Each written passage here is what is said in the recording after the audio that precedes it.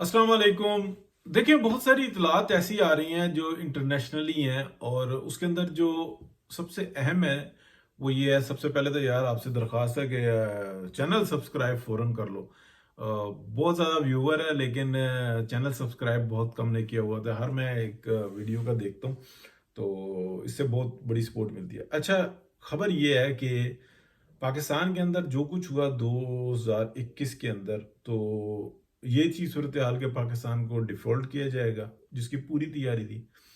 और मामलात ये थे कि उसके बाद डी न्यूक्लियर करके और हेल्प मांग ली जाएगी, और खान साहब कहेंगे कि जनाब देखो, अब हमें रोटी चाहिए या बम चाहिए, और रोटी मिल जाएगी तो फिर हम बम भी दोबारा बना लेंगे, और लिहाजा जो है ना एटमी टेक्नोलॉजी से खैरबाद और मिसाइल टेक्नोलॉजी से, और उसके बाद जो कुछ होना है वो हम सबको पता है। जो यूक्रेन के साथ हुआ है उससे बहुत बुरा असर होना था।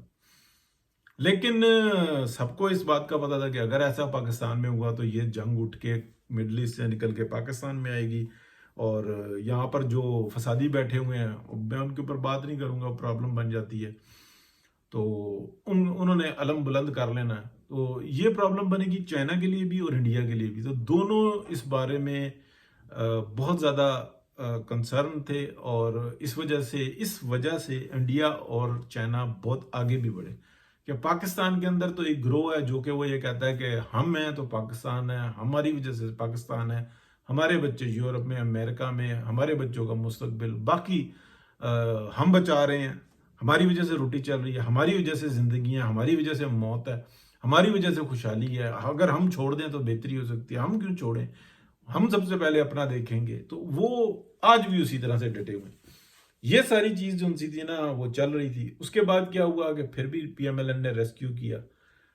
पीएमएलएन ने रेस्क्यू किया, कमिटमेंट जो हुई, पीएमएलएन मैदान में उतरी, पीएमएलएन के अंदर से मुनाफिकीन का एक ग्रोह आगे कर दिया गया। चंद एक लोग हैं लेकिन उनको पूरी सपोर्ट की गई, पीपल्स पार्टी के साथ डील की गई। नाम ले लेते हैं, डजन्स ऑफ टाइम लिया। आसिफ अली जरदारी साहब, शहबाज शरीफ साहब को बताया गया कि नवाज शरीफ को आपने काबू कैसे रखना है सेकंड फेज में, पहले जो इंसाना फेज में जो कुछ करना है, और सारे मामला तय कर लिए गए। तो जब ये उतरे बीच में मैदान में आए तो फिर क्या कहते हैं, जो कुछ होना था हो गया।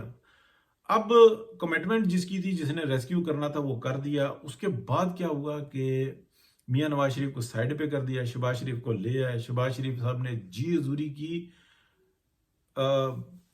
तारीख साथ जो उनसे ना इस टाइम में सूरत हाल बनाई है कि मेरी स्पीड ही बहुत है। ना बलूचिस्तान की होश है, ना केपी की होश है, ना कश्मीर की होश है, ना यहाँ पर जितने मामलात हो रहे हैं इनकी होश है। और इस वक्त में बस वो कहते हैं कि मेरी स्पीड बहुत है।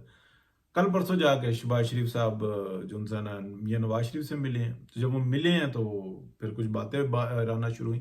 हालांकि इससे पहले तकरीबन कोई 2 एक महीने पहले से ना बहुत सारी चीज़ें जो मैं मुसलसल व्लॉग्स में बता रहा हूँ कि ये चीज़ें कुछ ऐसी चल रही हैं, नाराज़गी चल रही है, ये बयानियाँ और ये सारी चीज़ें जो उनसी हैं ना, ये इनसे काम नहीं होता। अब मैं और आपको बताता हूँ। हुआ ये है कि जिन्होंने यहाँ पे अपना रोड्स बनानी है, इंफ्रास्ट्रक्चर बनाना है, जिनकी अपना मुस्तकबिल जो है ना उसकी 60% जो है चाइना की, उसका रास्ता ये बनता है, कुदरती रास्ता यही बनता है। तो बाकी तो उनके पास दूसरी तरफ से भी रास्ते हैं। सेंटर में सराय गोभी है, यानी कि चाइना 2 हिस्सों में तकसीम है। अब होता क्या है कि जब ये अगले स्टेप के लिए कि पाकिस्तान के अंदर खुशहाली तरक्की देखो हम कर रहे हैं, आहिस्ता आहिस्ता लगे हुए हैं हम सीपैक की तरफ भी, देखिए ना आपके सामने ये सब कुछ। तो वो जरा ना कहते हैं कि देखो हमने आपको रेस्क्यू भी कर लिया, एफएटीएफ से भी बचा लिया, आईएमएफ से भी बचा लिया, हमने आपकी मईशत को भी थोड़ा सा बेहतर की तरफ कर लिया, लेकिन हमारी जो कमिटमेंट्स थी आपको याद है? वो कहते हैं हाँ हाँ देखिए ना जो कुछ है पीएमएलएन नहीं है। कहते नहीं, हमने ये जो आपने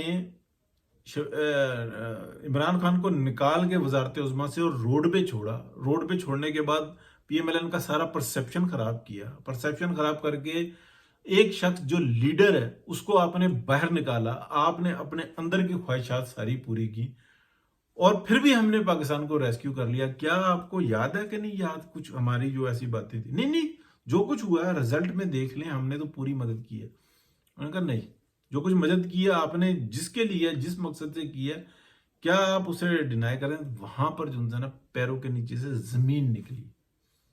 جب وہ زمین نکلی ہے تو پھر ان کو کچھ سمجھ میں آئی ہے کہ یار کام بگڑ گیا.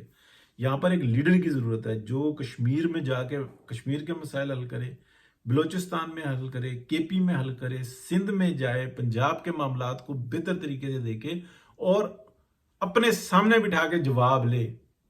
جواب نہ دے رہا ہو.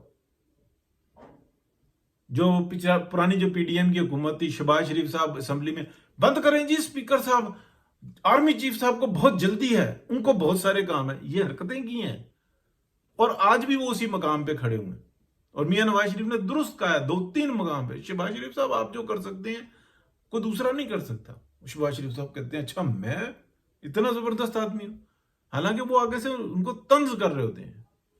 جیسے وہ طاہر القادری صاحب کا آپ کو یاد ہے سپریم کورٹ نے کہا آپ شیخ الحدیث ہیں، یہ کس قسم کی باتیں کر رہے ہیں، آپ کو پتہ نہیں ہے کہ یہ کیا لکھا ہوا ہے، باہر نکل جائیں یہاں سے.